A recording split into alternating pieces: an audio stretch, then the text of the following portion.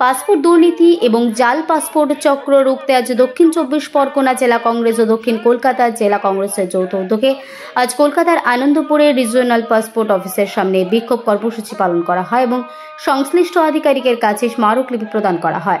উপস্থিত ছিলেন পশ্চিমবঙ্গ প্রদেশ কংগ্রেসের সভাপতি শুভঙ্কর সরকার, সর্বভারতীয় কংগ্রেসের পক্ষে পর্যবেক্ষক আশরাফ আলী খান, দক্ষিণ 24 পরগনা জেলা কংগ্রেস সভাপতি মনোরঞ্জন হালদার, দক্ষিণ কলকাতা জেলা কংগ্রেস সভাপতি প্রদীপ প্রসাদ সহ অন্যান্য নেতৃত্ব।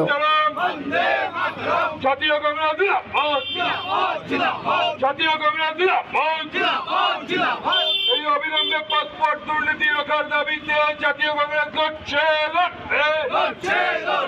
দায়িত্ব বলি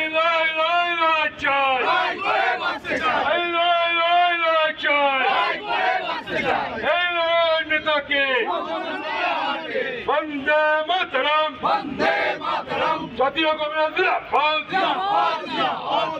এদিকে পাসপোর্ট দুর্নীতি হচ্ছে কেন? বিদেশ পত্র